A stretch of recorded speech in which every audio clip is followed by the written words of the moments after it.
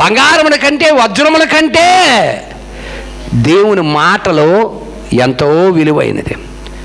మోషే అయితే తన రాజరికాన్ని కానీ తన రాజభోగాలను కానీ కోరుకోలేదు, కానీ క్రీస్తు యేసు కొరకు శ్రమపడుట ఆయనకి గొప్ప బహుమానమై ఉన్నదనుకున్నాడు. ఎవరి కొరకు? క్రీస్తు యేసు కొరకు శ్రమపడుట గొప్ప బహుమానమై ఉన్నది. అది ఎవరు ఇవ్వగలరంటే ఆయన మాత్రమే ఇవ్వగలరు. ఎవరి ద్వారా ఇవ్వగలరంటే క్రీస్తు యేసు మాత్రం ద్వారాగానే ఇవ్వగలడు. ఇస్తానన్న అతను నమ్మదగిన వాడు. ఎవరి ద్వారాగా జరుగుతుంది? యేసుక్రీస్తు వారి ద్వారా మాత్రమే జరుగుతుంది. కాబట్టి ఇక్కడ చెప్తున్నాడు, ఏమంటున్నాడు?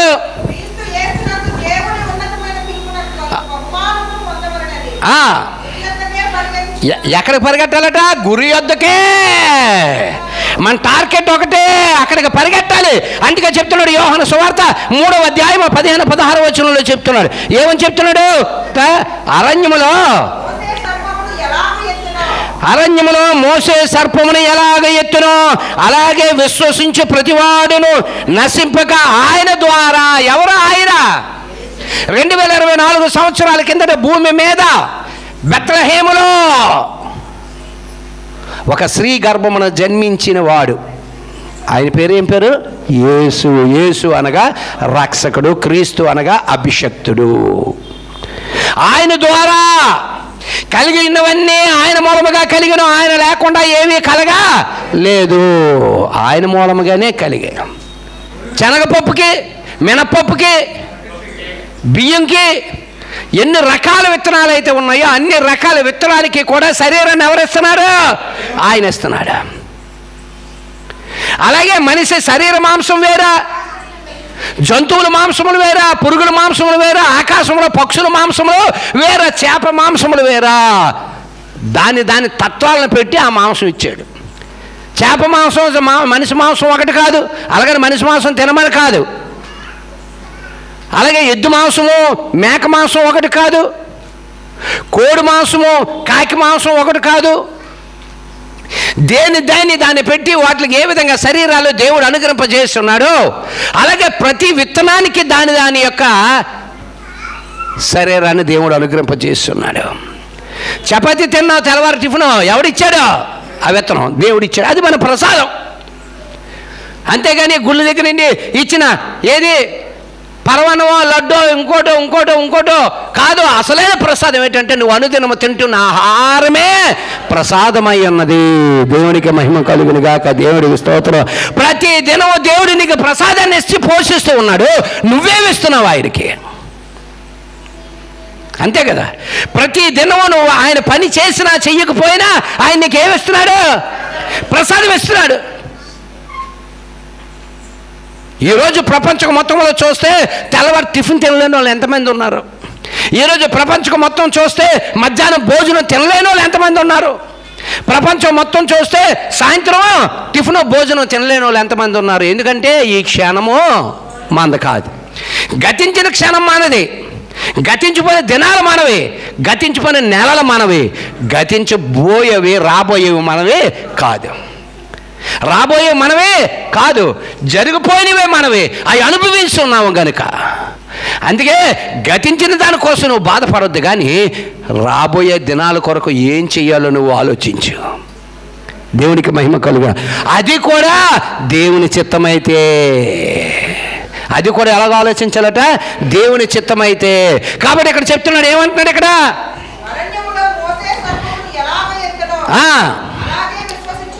అలాగే విశ్వసించి ప్రతివాడును నశింపక. ఈరోజు ముగ్గురు నశించకుండా రక్షింపబడ్డారు. ఈరోజు ముగ్గురు నశించిపోకుండా, నిత్య నరకానికి పోకుండా వారు రక్షింపబడ్డారు. అలాగే విశ్వసించి ప్రతివాడును నశింపక. ఎవరు? యేసుక్రీస్తు ద్వారా నిత్య జీవము పొందినట్లు మనుష్య కుమారుడు ఎత్తబడినో. దేవునికి మహిమ కలుగును గాక. దేవునికి స్తోత్ర, దేవునికి స్తోత్ర. 2024 సంవత్సరాల కిందట ఆకాశానికి భూమికి మధ్యగా వేలాడబడ్డాడు. ఆయన ఏమైనా పాపం చేశాడా? ఆయనలో ఏ పాపం లేదు. ఆయనే ప్రపంచానికి ఛాలెంజ్ గీశాడు. నా మీద పాపమును మీరు ఎవరైనా స్థాపించగలరా అన్నాడు. ఇప్పుడు బ్రతుకుతున్న జీవితమే మంచి బ్రతుకు అనుకుంటున్నారు. కరెక్టే, ఇదే మంచి బ్రతుకు అనుకుంటున్నాం. కానీ చనిపోయిన తర్వాత అసలు బ్రతుకు ఉందనే సంగతి ఎవరికి తెలియదు. ఈ లోకంలో వచ్చిన శ్రమ పెద్దది కాదండి. ఈ లోకంలో వచ్చిన ఇబ్బందులు నీకు పెద్దవి కాదు. చనిపోయిన తర్వాత అసలు జీవితం ప్రారంభమవుతుంది. ఎందుకు చూపించాడు? అది ఉందో లేదో చూపించాడు. ఎలా చూపించాడు? లూకా సువార్తలో చెప్పాడు కదా, ఒక ధనవంతుణ్ణి చూపెట్టాడా లేదా? ఒక ధనవంతుణ్ణి, ఒక భేదోన్ని కూడా చూపించాడు. ఆ ధనవంతుడు తనకున్న ధనముతో శుభ్రంగా సమృద్ధిగా తిని జీవితాన్ని గడుపుతూ ఉన్నాడు. కురుపులతో ఉండి పేదవాడు అక్కడ పడిపోయిన మొక్కల కోసం కుక్కలు ఎలా ఎదురు చూస్తాయో ఆ విధంగా ఆయన చూసి ఆయన కురుపులు కుక్కలు నాకినట్లుగా రాయబడ్డది. ధనవంతుడు చనిపోయాడు.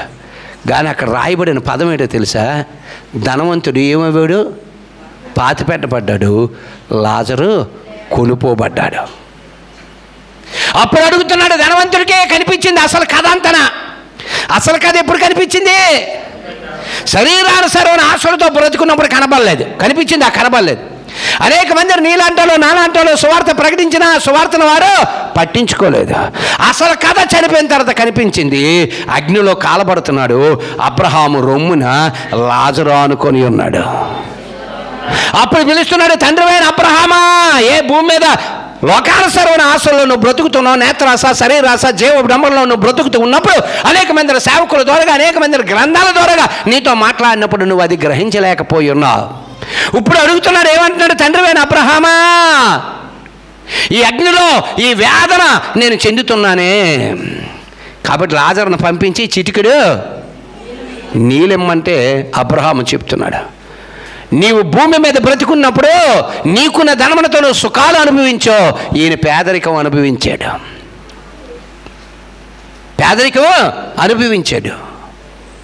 కాబట్టి ఇక్కడ వారు అక్కడికి రావడానికి లేదు, అక్కడ వారు ఎక్కడికి రావడానికి లేదంటే చక్కని మాట చెప్తున్నాడు. ఏమంటున్నాడు? అలాగనొద్దు, ఇంకా నాకు 5 సహోదరులు ఉన్నారు భూమి మీద 5 సహోదరులు ఉన్నారు. ఒకరిని ఇక్కడి నుండి పంపిస్తే వాళ్ళు నమ్ముతారేమో అంటే ఆయన చెప్తున్నాడు, అక్కడ ప్రవక్తలు చెప్పిన మాటలే వినలేనప్పుడు ఇక్కడి నుండి నిజంగా ఒకరిని అక్కడికి పంపిస్తే దెయ్యం వచ్చిందిరా అంటారా లేదా? కాబట్టి ఇక్కడి నుండి ఒకరిని పంపించే నమ్మరు. అక్కడ ప్రవక్తలు ఉన్నారు, అనేక మంది బోధకులు ఉన్నారు. వారు నమ్మినట్లయితే వారి బ్రతుకులు మారుతాయి. నేను గురి యొద్దకే పరిగెడుతున్నాను. ఏ గురి? దేవుడు ఇవ్వబోతున్న అధికమైన విలువ కలిగిన బహుమానమున కొరకే నేను పరిగెడుతున్నాను. ఒక్క విషయం జ్ఞాపకం చేసుకున్నాడే, నీకు ఎంత వయసు అయినా, ఎంత వయసు దేవుడు నీకు ఆయుష్ ఇచ్చి భూమి మీద నిలబెట్టినా నువ్వు భూమి మీద సంపాదించింది అంతా ఒక దినం వదిలేడివే. అది పేరైనా, ఉద్యోగమైనా, ఒలింపిక్లో గోల్డ్ మెడల్ అయినా. నిన్న ఎవరో ఒక ఆవిడ చచ్చిపోయింది. ఆవిడ భరతనాట్యంలో మంచి ఫేమస్ అట. 2 సార్లు 3 సార్లు ఏం పట్టుకుంది? డాక్టరేట్లు, పద్మభూషణం, పద్మ విభూషణం. చూడండి ఈరోజు పేపర్లో, నిన్న పేపర్లో అదే పద్మభూషణం, పద్మ విభూషణం. నాకు చాలా నవ్వుతుంటుందండి అవన్నీ చూస్తున్నప్పుడు. అయ్యో ఆవిడ చచ్చిపోయింది, అయ్యో ఆవిడ చచ్చిపోతే ఉండిపోతారు ఎవడైనా? ఎప్పుడు బాధపడాలి? మనిషికి మరణం లేకుండా నిత్యము యవనుడిగా యవనరానిలాగా ఉండిపోతారు. చూసు అలాంటి వాడు ఎవడో చచ్చిపోయాడు అనుకో, అయ్యో చచ్చిపోయారంటే అర్థం ఉంది. చచ్చిపోవాలి కదా ఏదో ఒక రోజు. ఇప్పుడు కాకపోతే రేపు, రేపు కాకపోతే ఎల్లుండు, ఏదో ఒక రోజు. 7 రోజులే ఆయుష్. ఎవడు నమ్మినా నమ్మకపోయినా ప్రతి మనిషికి ఆయుష్ ఎన్ని దినాలు? 7 రోజులే. ఇదే సత్యం. భూమి మీద ఎవరితోటైనా చెప్పండి, 7 రోజులే మనిషి జీవితం. ఈ 7 రోజులే నీ జీవితంలో రొటీన్ అవుతుంది. ఆదివారం మొదలుకున్నా శనివారంతో ముగింపబడాలి. ఒకవేళ శనివారం ముగించుకున్నా ఆదివారంతో ముగింపబడాలి. సోమవారం ప్రారంభమైన ఆదివారంతో ముగింపబడాలి. ఏదో ఒక రోజు సోమవారం, మంగళవారం, బుధవారం, లక్షవారం, శుక్రవారం, శనివారం, ఆదివారం, ఈ 7 రోజుల్లో ఏదో ఒక రోజు నువ్వు చచ్చిపోక తప్పదే. అది సోమవారం అవ్వచ్చు, మంగళవారం అవ్వచ్చు, బుధవారం అవ్వచ్చు, లక్షవారం అవ్వచ్చు, శుక్రవారం అవ్వచ్చు, శనివారం అవ్వచ్చు, ఆదివారం అవ్వచ్చు. మనిషి జీవితం 7 రోజులే. మళ్ళీ ఆదివారం వస్తుంది, రాదా?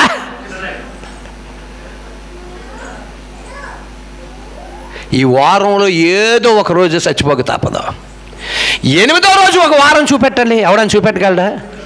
ఎవడని చూపెట్టగలడా? ఎవడ భూమి మీద ఎవడు చూపించలేడు. ఎందుకు చూపెట్టలేడంటే గ్రంథంలో రాయబడ్డది, 6 దినాలు భూమి ఆకాశమును సృష్టించి 7వ దినమున దేవుడు విశ్రమించున్నాడు. 7 దినాలు, 7 ఆత్మలు, 7. చాలామంది చెప్తారు 7 సంఖ్యని చాలామంది ఇష్టపడతారా? కొంతమంది 7 వేసి సెంటర్లో ఇలా గీత ఎడతారు. సెంటర్లో గీత ఎడతారు. 7 ఎవడు ఇష్టపడ్డండి, కానీ ఏదో ఆ 7 నీ జీవితంలో జరగాలి. 1వ తారీఖు 2వ తారీఖు మంగళవారం, 3వ తారీఖు బుధవారం, 4వ తారీఖు లక్షవారం, 5వ తారీఖు శుక్రవారం, 6వ తారీఖు శనివారం, 7వ తారీఖు ఆదివారం. మళ్ళీ కథ మొదటికే. మళ్ళీ సోమవారం నుండే నీ బ్రతుకు స్టార్ట్ అవ్వాలి, మళ్ళీ ఆదివారంతో ముగింపబడాలి. ఇంకేమైనా ఉందా? ఏది లేదు. ఈ 7 రోజుల్లో ఏదో ఒక రోజే నీ ఆయుష్ పూర్తి.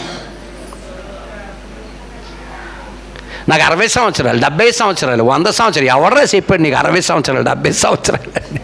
ఆ 7వ సంఖ్య మారితేనే మళ్ళీ ఒకటి వస్తుంది నీ జీవితంలోకి.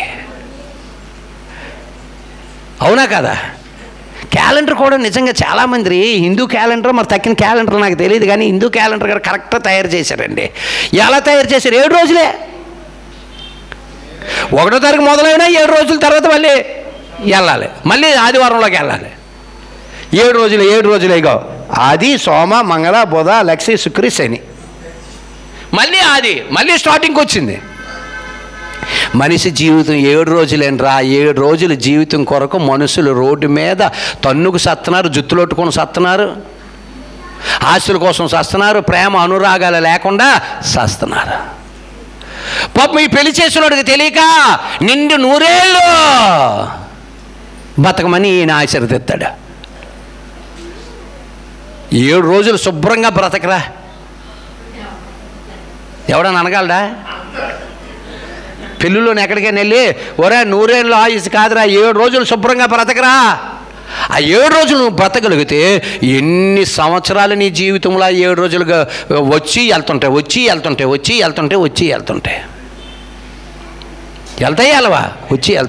ఇక్కడ చెప్తున్నాడు, ఏమంటున్నాడు? మనిషి కుమారుడు నిత్య జీవమును నీకు అనుగ్రహింపజేయడానికి ఆయన ఎత్తబడి ఉన్నాడట. తర్వాత మనం చూడండి 16వ వచనం, దేవుడు ఈ లోకమును ఎంతో ప్రేమించాడు కాబట్టి తన ఒక్కగాని ఒక కొడుకుని భూలోకానికి పంపించాడు.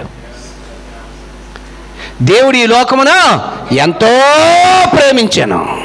చదవండి అక్కడ మాట. దేవుడు లోకమును ఎంతో ప్రేమించను కాగా, పెద్ద తాళం కప్ప ఉంది, కాగా తాళం చెయ్యి ఎంత ఉంది. మీ గతంలో చెప్పాను కదా, పెద్ద బంగ్లాకైనా పెద్ద ఇంటికైనా ఎంతో బంగారం, ఏది దాన్ని ఏమంటారు, ధనాగారాల్లో పెట్టిన దారబంధం ఎంతే, దానికి తలుపులు ఎంతే, దానికి తాళం చెయ్యి అంతే. అవునా కాదా?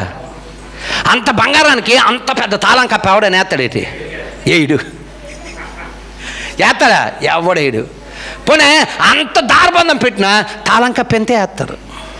ఇక్కడ చెప్తున్నాడు, దేవుడు ఈ లోకమును ఎంతో ప్రేమించెను కాగా, ఇది మటుకు నిజం. ఏమంటున్నాడు? కాగా ఆయన తన అద్వితీయ కుమారు, అద్వితీయుడు అంటే ఒకడే, అద్వితీయ దేవుడు ఒకడే, అద్వితీయ కుమారుడు ఒకడే. వాళ్ళు తండ్రి ఇద్దరు కాదు, కొడుకులు ఇద్దరు కాదు, ఒకే ఒక కొడుకు, ఒకే ఒక తండ్రి. కనబడుతున్న ప్రతి దానికి మన కంటితో ఎంతవరకు కనబడుతుందో అట్లన్నింటినీ ఏలుతున్నవాడు యేసు ప్రభు. గుర్తుపెట్టుకోండి, ఎవరినైనా అడగండి. మన కంటికి కనబడుతున్న అన్ని పరిపాలన చేస్తుండేది యేసు ప్రభు. కంటికి కనబడలేని విశ్వం ఉంది, కంటికి కనబడలేని విశ్వం ఉంది. ఎప్పుడు కనబడుతుంది తెలుసా? నువ్వు సచ్చిన తర్వాత కనబడుతుంది. అప్పుడే అసలు జీవితం స్టార్ట్ అవుతుంది. దాన్ని పరిపాలిస్తుండేది ఆయన. కంటికి కనిపిస్తున్నది పరిపాలిస్తున్నది యేసుక్రీస్తు. అందుకే చెప్పాడు, సృష్టింపబడినవన్నీ ఆయన మూలముగా సృష్టింపబడ్డాయి, ఆయన లేకుండా ఏది సృష్టింపలేదు. అంతరిక్షము ఇంకా బోల్డ్ ఉందండి, అది ఎవరికే కనపడదు. దాన్ని ఆయన పరిపాలన చేస్తున్నాడు, దీన్ని ఈయన పరిపాలన చేస్తున్నాడు.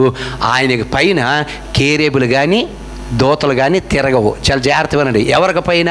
తండ్రికి పైన తిరగవు. తిరిగితే తండ్రి కంటే అయ్యే గొప్పవి. కాబట్టి ఆయనకి పైన తిరగవు, ఆయన కింద నుండి ఆయన ఆరాధన చేస్తాయి.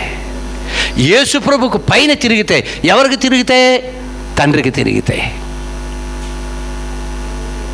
రెండిట్ల దగ్గర 2 సింహాసనముల యందు 2 జరుగుతూ ఉన్నాయి. ఆయన్ని ఆరాధన చేస్తున్నాయి, ఈయన్ని ఆరాధన చేస్తూ ఉన్నాయి.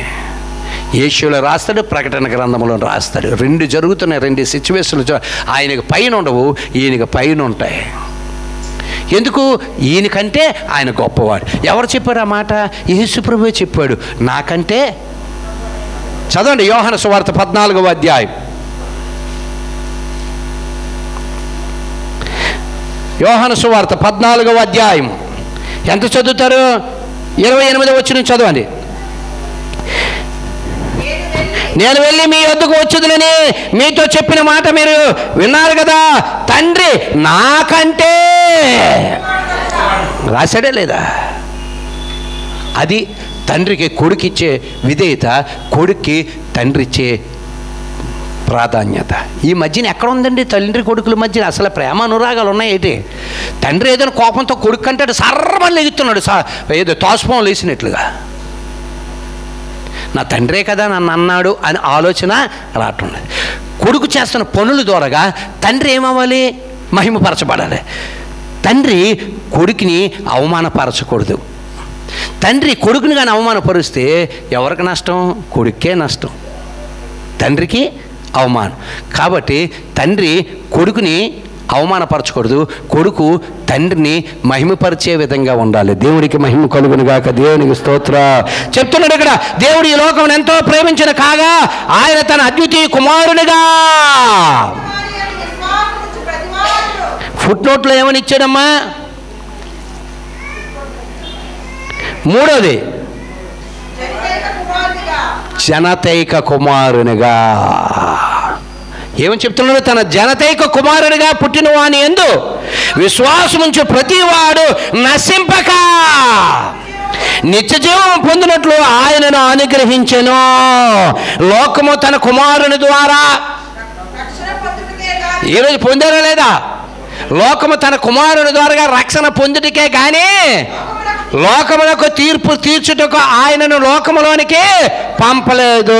దేవునికి మహిమ కలుగును గాక. దేవునికి స్తోత్ర. ఆయన యందు విశ్వసించు వానికి తీర్పు తీర్చబడదు. దేవునికి మహిమ కలుగును గాక. దేవునికి స్తోత్ర. దేవునికి స్తోత్ర.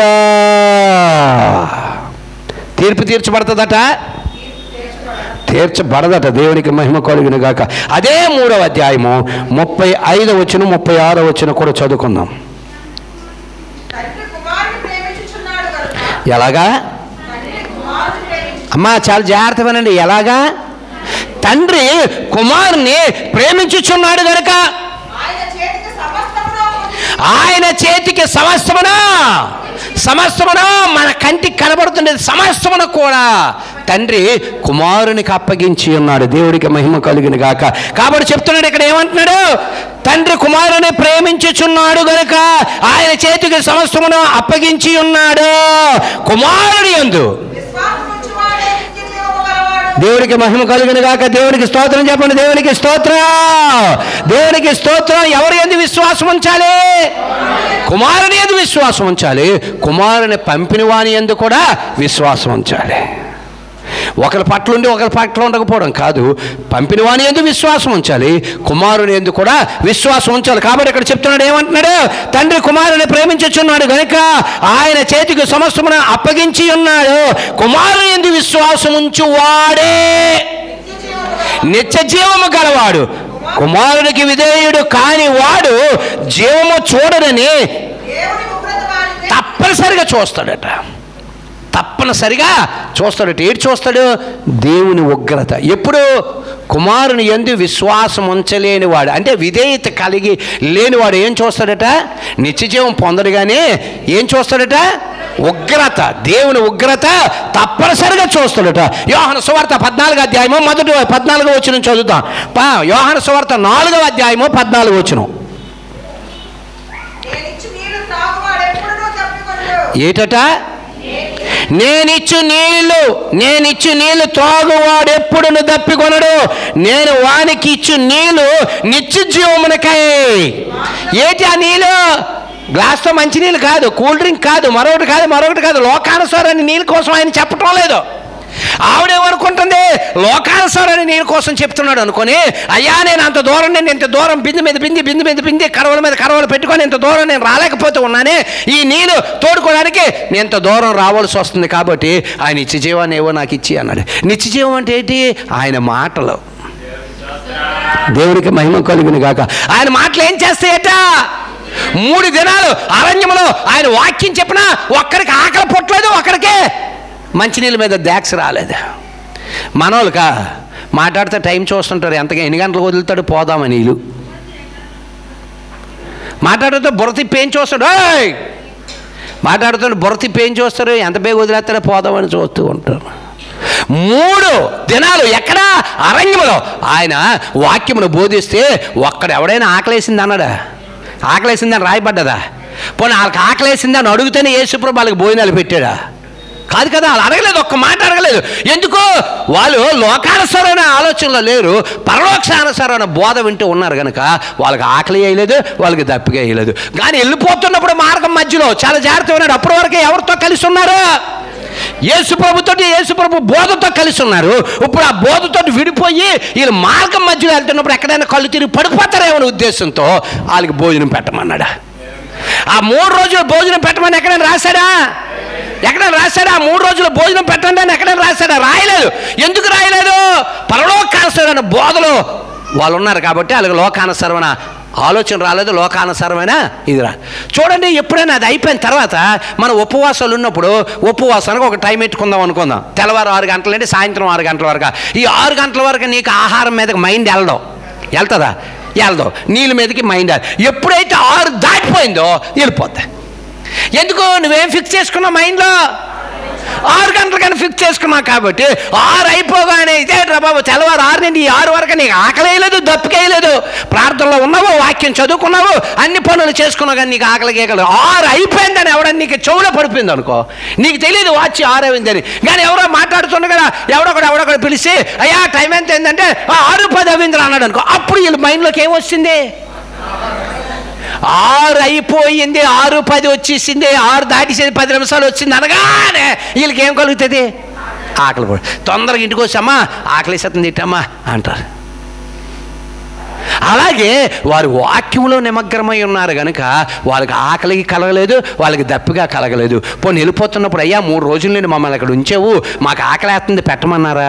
పెట్టమనలేదు. వీళ్ళు ఎప్పుడైతే ఆయన్ని విడిచి వారి గృహాలకి మార్గంలో వెళ్తారో అప్పుడు వాళ్ళకి ఆకలి పడుతుంది, శరీరానుసరణ ఆకలి పడుతుంది. కాబట్టి అప్పుడు అడుగుతున్నాడు యేసుప్రభు వారు, మీ దగ్గర ఎవరి దగ్గర ఏమైనా ఆహారం ఉందా అంటే, అయ్యా ఎంతమందికి తీసుకొచ్చి ఇక్కడ పెట్టాలంటే ఇది అరణ్య మార్గము, ఎంతమందికి తెచ్చి పెట్టాలంటే వీళ్ళు ఎవరికి దొరకవు అంటే, ఒక పిల్లోడి దగ్గర ఏమున్నా 5 రొట్లు కొన్ని చేపలు.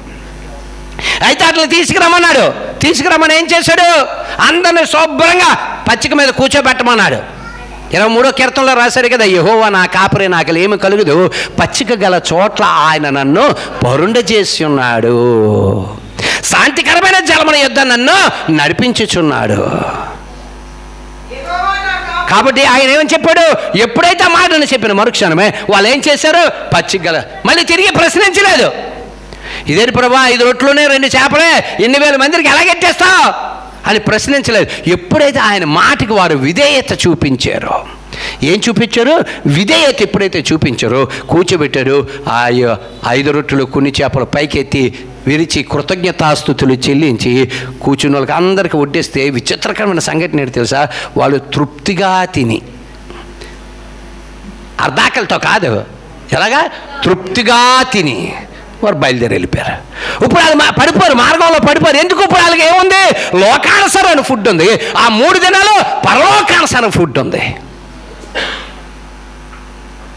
లోకానుసారమైన ఫుడ్ ఉంది, పరలోకానుసారమైన ఫుడ్ ఉంది. పరలోకానుసారమైన ఫుడ్ తిన్నప్పుడు వీళ్ళకి ఆకలి, లోకానుసారమైన దప్పిక రాలేదు. ఎప్పుడైతే అది విడిచి వారు గృహాలకు వెళ్ళడానికి సిద్ధపడ్డారో అప్పుడు యేసు ప్రభు వాళ్ళకి భోజనం పెట్టమన్నాడు. దేవునికి మహిమ కలుగును గాక, దేవునికి స్తోత్రం. ఏమనుకుంటుంది? ఈ లోకానుసారమైన నీళ్ళు ఎంత దూరం వచ్చి ఈ యాకోబు బావి దగ్గర నుండి ఈ నీళ్ళు మేము ఎలా తోలుకెళ్తాం, కాబట్టి ఆయన ఇచ్చేవని ఇచ్చే బాబు, గొడవే ఉండదు, ఇంకెక్కడ రావాల్సిన పనే లేదు అన్నాడు. అప్పుడు చెప్తున్నాడు, ఏమంటున్నాడు? నేనిచ్చి నీళ్ళు త్రాగువాడు ఎప్పుడు దప్పికొనడు, నేను వానికి ఇచ్చి నీళ్ళు నిత్య జీవమునకై. దేవుడికి మహిమ కలుగును గాక, దేవునికి స్తోత్ర, దేవునికి స్తోత్ర. వాక్యం వినే కొలది ఇంకా మనకు ఎలా కనిపించాలి? వినాలి వినాలి వినాలి అన్నిట్లు కనిపించాలి. అంటే నీళ్ళు అప్పుడు ఏం పెరుగుతుంది? ఓట పెరుగుతుంది. కాబట్టి ఆయన ఇచ్చిన నీళ్ళు ఎలాంటి నీళ్ళు అంటే లోకానుసారమైన నీళ్ళు కాదట, పరలోకానుసారమైన నీళ్ళు కొరకు చెప్తూ ఉన్నాడు. చదువామా.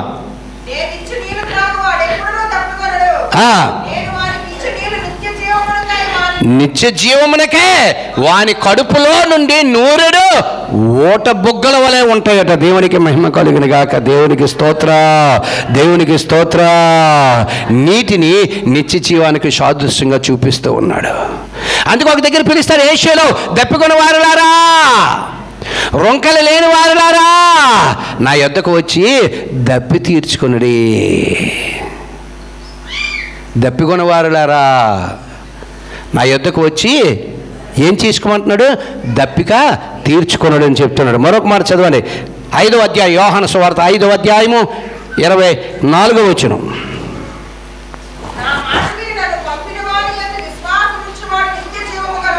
ఎన్ని లింకులు ఎట్టాడు చూడండి. ఆసమాస కాదు, నిత్య జీవనం పొందుకోవడం అనుకోండి. కొత్తగా సినిమా వచ్చింది, టికెట్లు దొరకలేదు, బ్లాక్లోనైనా కొనుక్కొని వెళ్ళిపోవచ్చు, లేదా మరుసటి రోజు మరుసటి ఆటకైనా వెళ్ళిపోవచ్చు. దానికి ఇలాగ అవ్వదు ఇది.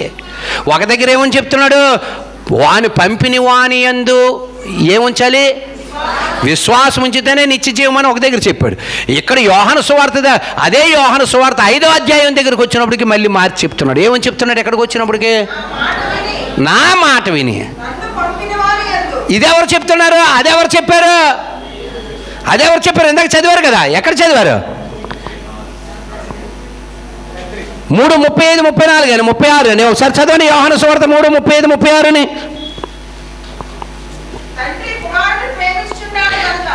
తండ్రి కుమారుని ప్రేమించుచున్నాడు కనుక ఆయన చేతికి సమస్తమును అప్పగించును. ఆయన అనగా యేసు ప్రభు చేతికి సమస్తమును అప్పగించెను. చాలా జాగ్రత్త చూడండి, ఇది ఎవరు చెప్తున్నారు? ఇక్కడ రాస్తున్నాడు, కుమారుని యందు విశ్వాసం ఉంచువాడే నిత్య జీవము గలవాడు, కుమారునికి విధేయుడు కాని వాడు జీవమును చూడడు గాని దేవుని ఉగ్రతను వాని మీద నిలిచెను. గ్రంథకర్త చెప్తున్నాడు ఈ మాటలు, దేవుడు కాదు, గ్రంథకర్త చెప్తున్నాడు. ఎందుకు దేవుడు కాదు గ్రంథకర్త నేను ఎందుకు చెప్పానంటే, మళ్ళీ చదవండి ఆ మాట. ఎందుకంటే ఆయన స్వరం ఎవడో వినలేదు, ఎవడో ఆయన ఇప్పుడు వరకు చూసే నరుడే లేడు. కాబట్టి ఇక్కడ చెప్తున్నాడు, ఏమంటున్నాడు? తండ్రి కుమారుని ప్రేమించుచున్నాడు గనుక. అప్పుడు తండ్రి డైరెక్ట్గా మాట్లాడినట్లుగా ఉండాలనుకో. అప్పుడు ఎలా రాయబడాలి తెలుసా? అప్పుడు ఎలా రాయబడాలి? నన్ను నా కుమారుడు ప్రేమించుచున్నాడు గనుక, నన్ను నా కుమారుడు ప్రేమించుచున్నాడు గనుక అంటే తండ్రి డైరెక్ట్గా మాట్లాడినట్లుగా. కాబట్టి ఆయన స్వరం ఎవడో వినలేదు, ఆయన ఎవడో చూడలేదు.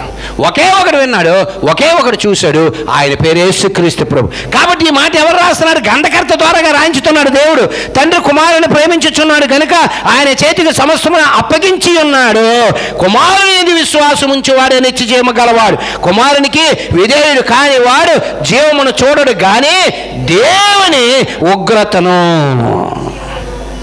గ్రంథకర్త చెప్తున్నాడు. ఒకవేళ దేవుడు చెప్పినట్లుగా అయితే నా ఉగ్రతను అని చెప్పాలి, రాయాలి. కాబట్టి ఇక్కడ ఏమని చెప్తున్నాడు? దేవుని ఉగ్రతను వాని మీద నిలిచియుండును. ఎక్కడికి వచ్చినప్పుడు ఎవరు చెప్తున్నారు?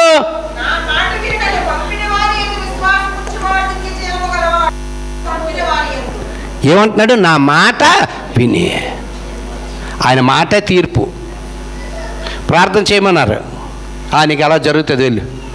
ఆయన మాటే తీర్పు, ఆయన మాటే ప్రార్థన.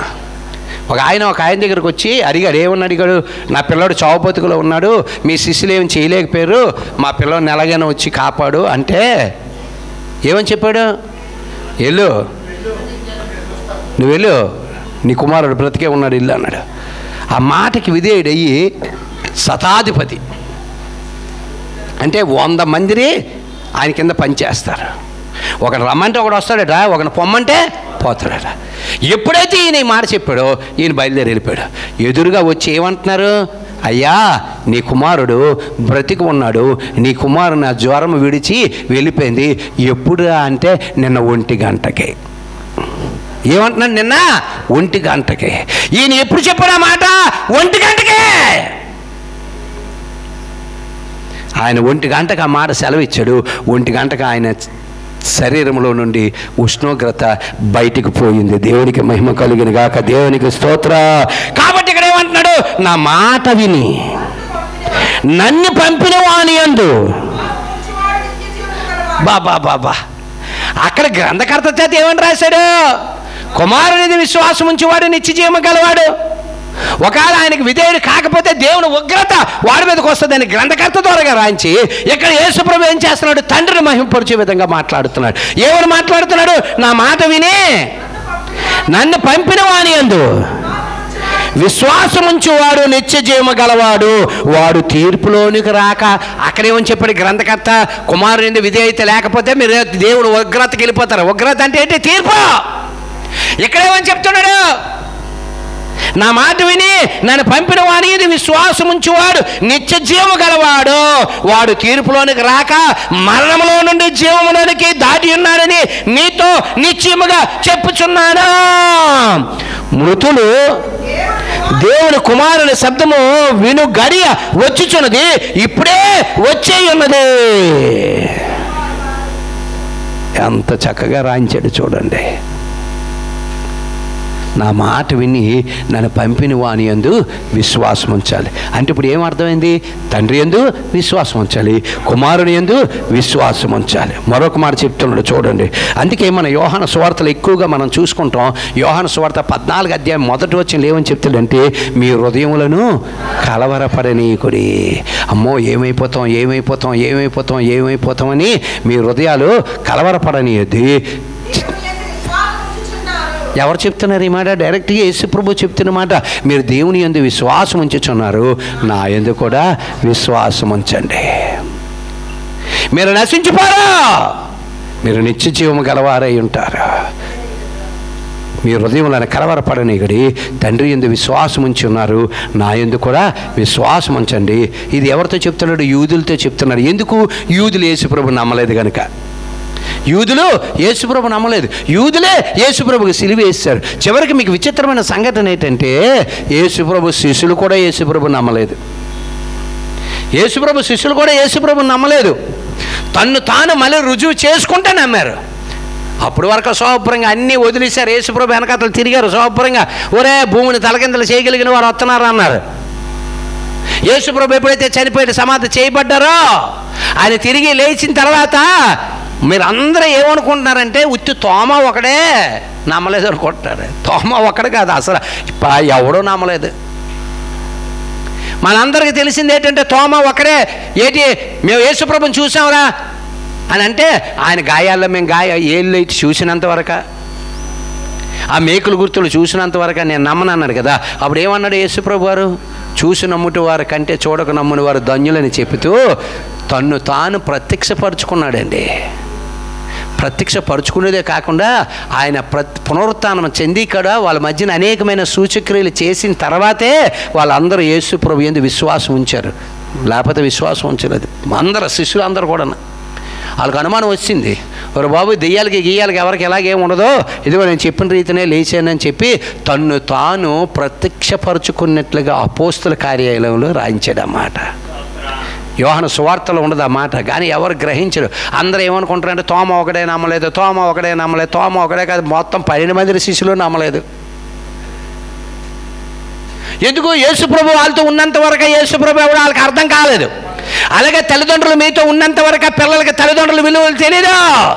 తెలుస్తాయా? ఆ తల్లిదండ్రులు పోయిన తర్వాత అమ్మో నానా బాబు అనుకునే ఎవడు తల్లిదండ్రులకి పిల్లలు, అలాగే పిల్లలకి తల్లిదండ్రులు. పిల్లలు ఉన్నంత వరకు తల్లిదండ్రులకి పిల్లల విలువ తెలియదు. పిల్లలకి ఏదైనా అవుతే అప్పుడు తల్లిదండ్రులు ఆ పిల్లల కోసం లోబో దిబో అని పరిగెడతారు. బంధం అలాంటిది పెట్టేశారు. అందుకే అది కుటుంబము అన్నారు. దేవునికి మహిమ కలుగును గాక. దేవునికి స్తోత్ర, దేవునికి స్తోత్ర. ఒంటరి మహిళని కుటుంబం అంటారు ఏంటి? ఒంటరి మగని కుటుంబం అంటారు ఏంటి? ఎవరిని కుటుంబం అంటారు? పిల్ల జల్ల. జల్ల అంటే వెనకతల నుండి వేయడం జల్ల కాదు. ఆ పదం పిల్ల జల్ల కలిస్తే ఒక కుటుంబం. తల్లి తండ్రి పిల్లలు కలిస్తే ఒక కుటుంబం. దేవుడికి మహిమ కలుగును గాక. ఇక్కడ ఏమని చెప్తున్నాడండి? మీ హృదయం కలవరపడను. ఇక్కడ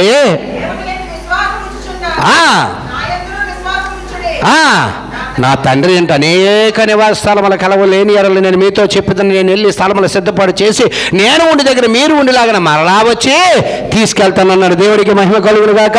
యోహాను సువార్త 6వ అధ్యాయం 47వ వచనం చదువుకుందాం. యోహాను సువార్త 6:47.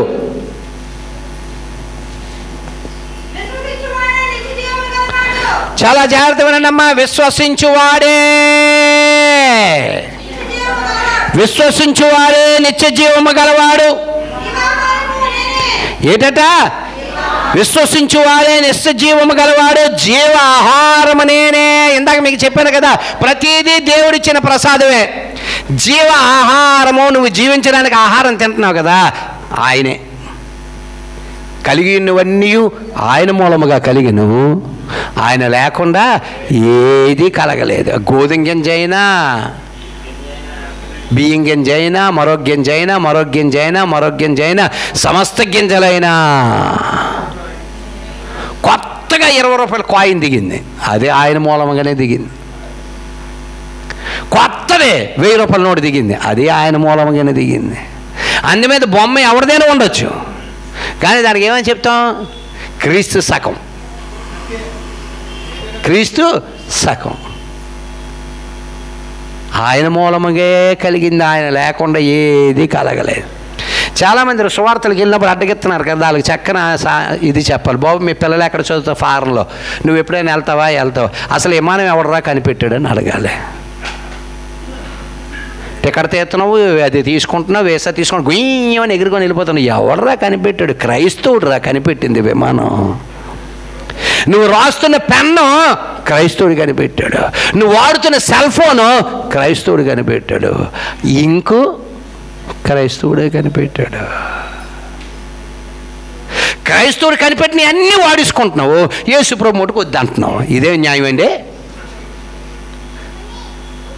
పాస్టర్లు అన్ని విధాలుగా వాడేసుకుంటున్నారు. మీరు పాస్టర్ ఏమని అంటే మటుకు కత్తులు నూరుతున్నారు. ఇప్పుడు అలాగుంది పరిస్థితి అంతనా. క్రైస్తవులు కనిపెట్టినవన్నీ వాడేసుకుంటున్నారు, ప్రతిదీ కూడా, బలుబుతో సహా. ఇంకా చక్కని మాట ఏంటో తెలుసా? అసలు సముద్రంలో మార్గం కనిపెట్టింది ఎవరో తెలుసా? క్రైస్తవుడే. క్రైస్తవుడే కనిపెట్టాడు. దేశం కానీ దేశం నుండి వచ్చి ఈరోజు ఆ చుట్టుపక్కల రాజమండ్రి చుట్టుపక్కల ప్రాంతాలన్నీ సస్యశ్యామలుగా ఉండడం కొరకు ఒక దొర వచ్చి ఆనకట్ట కట్టాడు. ఎక్కడో ఉన్నాడు ఇక్కడికి వచ్చాడండి.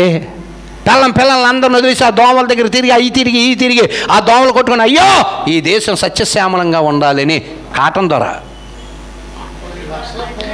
ఆయనకి ఏం కావాలి? ఆయనకి ఏం అవసరం?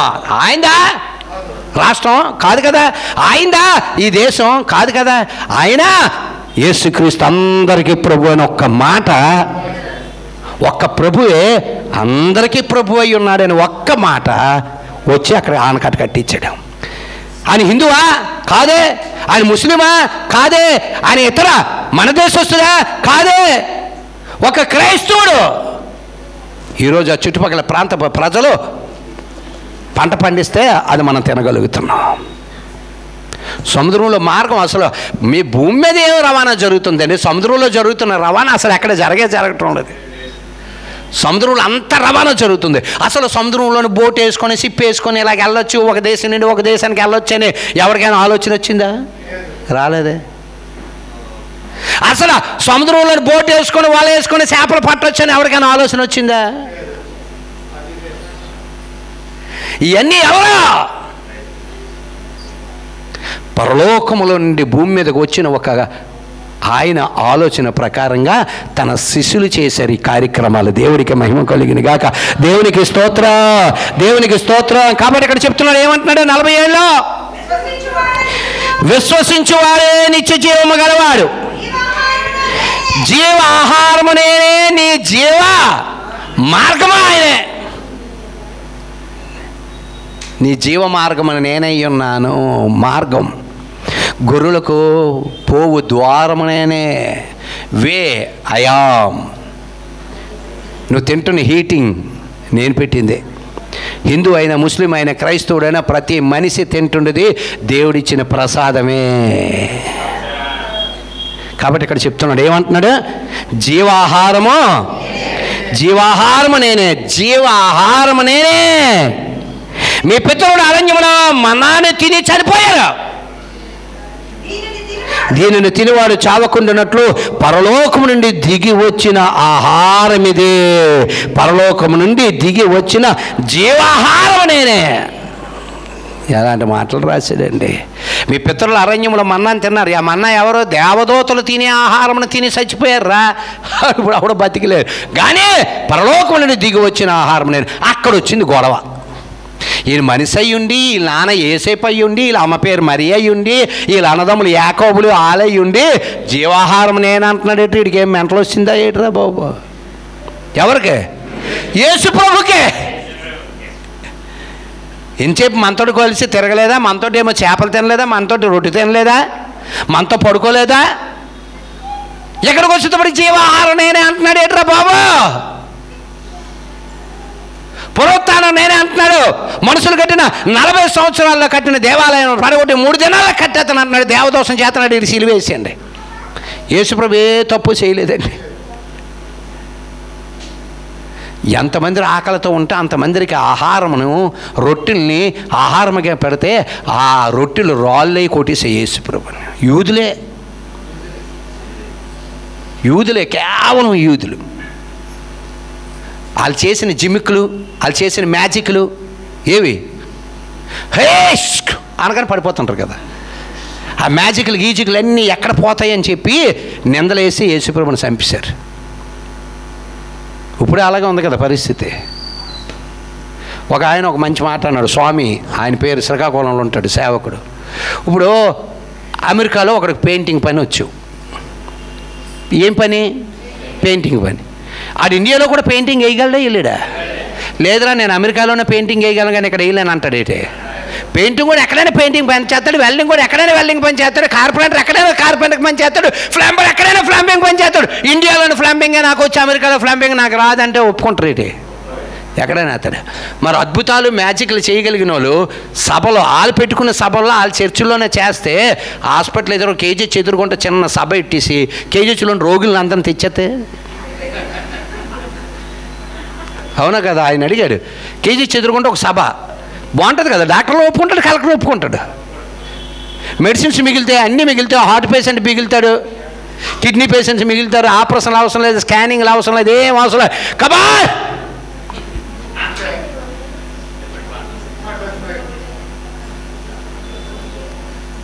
శ్రీరామ్ ఇంటి పేరు తెలియదు మళ్ళీ యేసుప్రభుకి. పేరే పిలుస్తాడు, ఇంటి పేరుతో పిల్లడు ఎప్పుడైనా మీరు చూడండి. ఆయన పేరు దాసర సీను. సంఘంలోనే ఎవడొక్కడు, ఇప్పుడు ఆ 1000 మందిలో ఎవడొక్కడు సీనేనే వాడు ఉండా? అప్పరం అన్నాడు ఎవడు ఉండడా? శివశంకర్ అన్నాడు ఉండడా? ఫుల్ పేరు పిల్లడు శివా అంటాడు. ఈడు అనుకుంటాడు, అమ్మో దేవుడు నన్నే పిలిచాడని నేను పరిగెడతాడు. ఈడొక ఎదవీడు. ఇంటి పేరు పిల్లడు మళ్ళీ పిలుస్తాడు, శివా దేవుడు నిన్ను పిలుస్తున్నాడు, నువ్వు అనుమానించొద్దు, తొందరగా వచ్చే అంటే నన్నో కాదు ఇంకెవడని శివని పిలిచాడేమో అనుకుంటాడు. అదే ఇంటి పేరు వంకా శివ అని పిలిచాడు అనుకో, నేను పరిగెడతాను. యేసుప్రభుకి ఇంటి పేరు తెలియదు, దేవుడికి అసలు తెలియదు.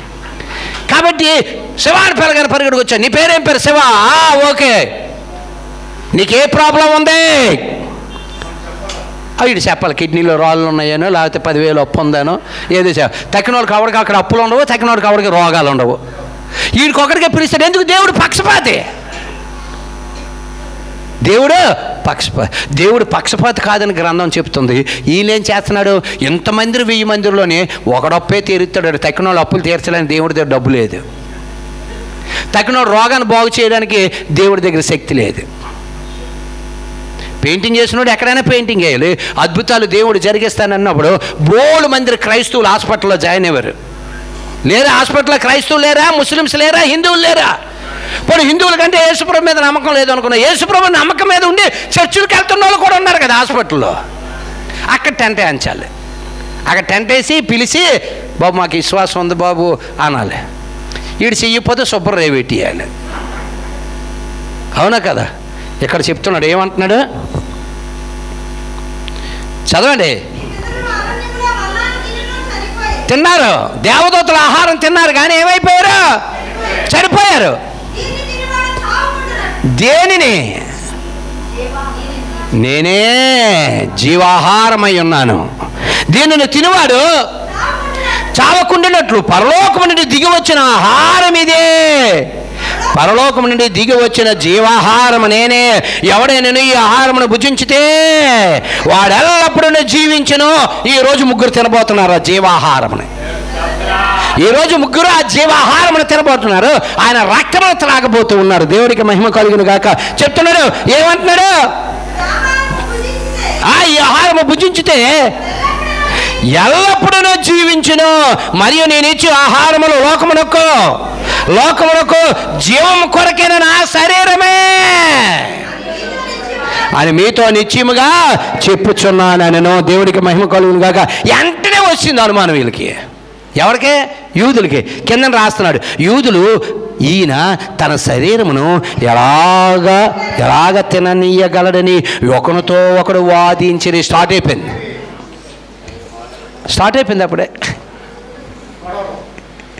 అప్పుడే స్టార్ట్ అయిపోయింది. ఆయన ఒక మాట అన్నాడు, మీ పితరులు అరణ్యంలో మన్నాను తిని చచ్చిపోయారు కదరా బాబు, ఈ ఆహారం తిన్నాడు ఎవడు చావడో, ఇదిగో నేను లోకమునకు నిత్యజీవ ఆహారం ఇవ్వడానికి వచ్చానంటే ఈయన మనతోటి వడ్రంగి పని చేసినోడు కాదా? మొన్నటి వరకు వెల్డింగ్ పని చేసినోళ్ళు కాదా? మొన్నటి వరకు పెయింట్ వేసినోడు కాదా? ఈరోజు ఆహారం అంటున్నాడు ఏట్రా అని వాదన ప్రారంభమవి ఉన్నది. దేవుడికి మహిమ కలిగిన గాక. దేవుడికి స్తోత్రం. దేవుడు అత్యున్నతమైన బహుమానమున కొరకు ఎక్కడికి పరిగెట్టాలి? మనము గురి వద్దకే పరిగెట్టుచున్నాను అన్నాడు. మన గురి నిత్య జీవం. ఆ నిత్య జీవం పొందుకోవాలంటే యేసుప్రభు యందు విశ్వాసం ఉంచాలి. యేసుప్రభుని పంపిన వాని యందు కూడా విశ్వాసం ఉంచాలి. ఓన్లీ విశ్వాసం ఉంచితే సరిపోతుందా అనుకుంటే కాదు. ఒక ఉద్యోగానికి వెళ్తున్నామండి, నీ క్వాలిటీస్ ఉంటాయి.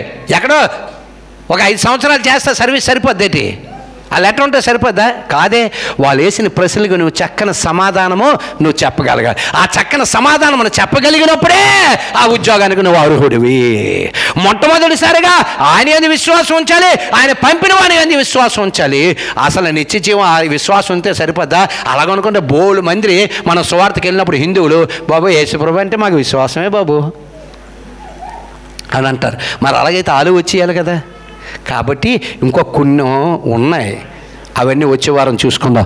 దేవుడి కొద్ది మాటలు మన వెనుకడలు దీవింపబడిన గాక. దేవునికి స్తోత్ర, దేవునికి స్తోత్ర, దేవునికి స్తోత్ర. సకల ఆశీర్వాదములకి కారణభూతుడా నీ ఏకైక కుమారుడు, మా ఏకైక రక్షకుడైన యేసుక్రీస్తు వారి యొక్క అత్యున్నతమైన నామములో మీ కృతజ్ఞతాస్తుతులు చెల్లిస్తున్నాను. మీ ఆత్మత నింపండి, ఆత్మకార్యము జరిగించండి. మీరే మనస్తత్వాన్ని వాళ్ళకి అనుగ్రహింపజేస్తున్నాం. అయ్యే వారి యొక్క హృదయాలలో నుండి బయటికి వెళ్ళిపోకుండా సహాయం చేయండి. నీ కృపా కనికరములు వారికి మాకు నిత్యము తోడుగా ఉంచండి. నీ వెలుగుని సమస్త జనుల మీద ప్రకాశింపజేయమని అడుగుతున్నాను. ఏ రోజు ఏమి సంభవించిన ఎవరికి తెలియదు ప్రభువా. సమస్తమును చేయగలిగిన వాడు నీవై ఉన్నావు.